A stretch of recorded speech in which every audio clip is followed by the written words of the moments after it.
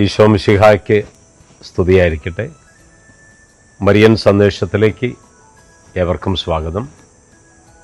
അമ്മയോടൊപ്പമുള്ള യാത്രയാണ് ഈ മാസം. ജപമാല മാസമായി സഭ ആചരിക്കുന്ന ഒരു മാസം. നമ്മുടെയൊക്കെ ഭവനങ്ങളിലും ദേവാലയങ്ങളിലും സമൂഹങ്ങളിലും ജപമാല ചൊല്ലി പ്രാർത്ഥിച്ചുകൊണ്ട് പരിശുദ്ധമ്മയോടുള്ള സ്നേഹം പ്രകടമാക്കേണ്ട ഒരു മാസമാണിത്. ഇതൊരു മാസം കൊണ്ട് അവസാനിക്കുന്നതല്ല, വർഷത്തിലെ എല്ലാ ദിവസവും മുടക്കം കൂടാതെ ചെയ്യേണ്ട ഒരു കാര്യമാണ്.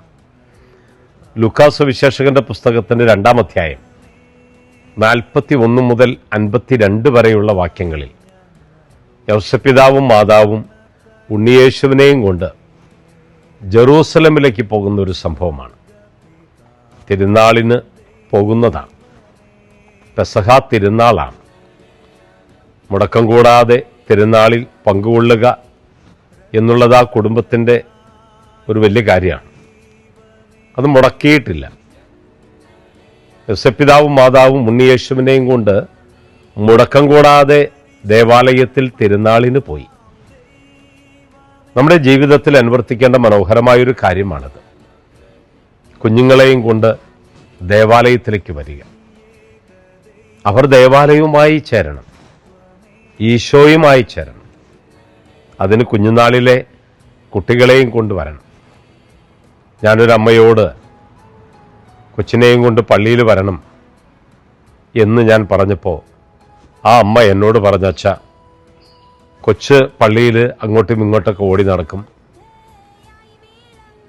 ഉള്ള ചെളിയൊക്കെ വാരും, അതുകൊണ്ട് എൻ്റെ അടുത്ത് വരും, എൻ്റെ സാരിയിൽ ചെളിയാകും.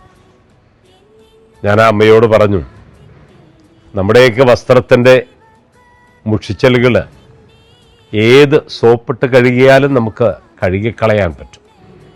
എന്നാൽ ഒരു കുഞ്ഞ് വിശ്വാസത്തിൽ ഒരഴുക്ക് സംഭവിച്ചാൽ, കുറവ് സംഭവിച്ചാൽ, ലോകത്തിൽ ഒരു സോപ്പിട്ട് കഴുകിയാലും നമുക്കത് മായ്ച്ചു കളയാനാവില്ല.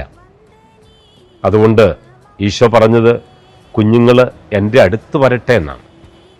കുഞ്ഞുങ്ങൾ എൻ്റെ അടുത്ത് വരട്ടെ എന്നാണ്, അവരെ തടയരുതെന്നാണ് പറഞ്ഞത്. കുഞ്ഞുങ്ങളെയും കൊണ്ട് ദേവാലയത്തിൽ വരണം. ഞാനൊരു പള്ളിയിലായിരിക്കുമ്പോൾ ഒരു കൊച്ച് മിടുക്കനാണ്, 3 വയസ്സ് പ്രായമേ ഉണ്ടായുള്ളൂ. അവനെന്നെ ഭയങ്കര ഇഷ്ടമാണ്. അതുകൊണ്ട് തന്നെ അവൻ പള്ളിയിൽ വരുന്നതും ഇഷ്ടമാണ്. പള്ളിയിൽ വന്നാൽ അൾത്താരയിൽ എൻ്റെ അടുത്ത് അവന് നിൽക്കണം. ആദ്യമൊക്കെ ഇടവക്കാർ ഭയങ്കര തടസ്സം പറഞ്ഞു. ഞാനൊരു ദിവസം പള്ളിയിൽ പറഞ്ഞു, അവനൊരു ശല്യവും ചെയ്യുന്നില്ല, എൻ്റെ അടുത്ത് വന്ന് കൈകൂപ്പി ഭക്തിയോടെ അവൻ കുർബാനയിൽ പങ്കുകൊള്ളുന്നത് എന്നെ ഇഷ്ടമായതുകൊണ്ടാണ്. അങ്ങനെ പിന്നെ ആളുകൾ ആരും തടസ്സം പറഞ്ഞില്ല.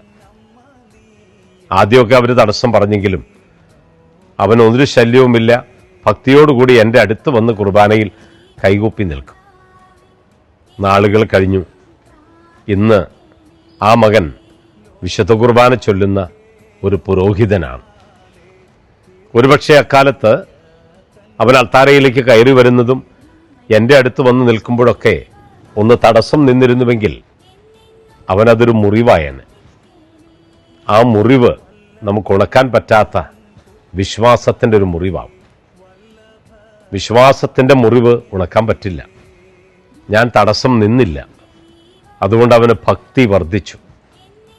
അവനിന്ന് അൾത്താരയിൽ വിശുദ്ധ കുർബാന അർപ്പിക്കുന്ന ഒരു പുരോഹിതനായി. പ്രിയമുള്ളവരെ, പതിവ് തെറ്റിക്കരുത്. പതിവ് തെറ്റിക്കാതെ അമ്മയുടെ അടുത്ത് വരാൻ നമുക്ക് സാധിക്കണം. അമ്മ തീർച്ചയാണ് നമ്മെ അനുഗ്രഹിക്കും. അമ്മയുടെ അനുഗ്രഹം നമുക്കുണ്ടാകട്ടെ. ആമേൻ.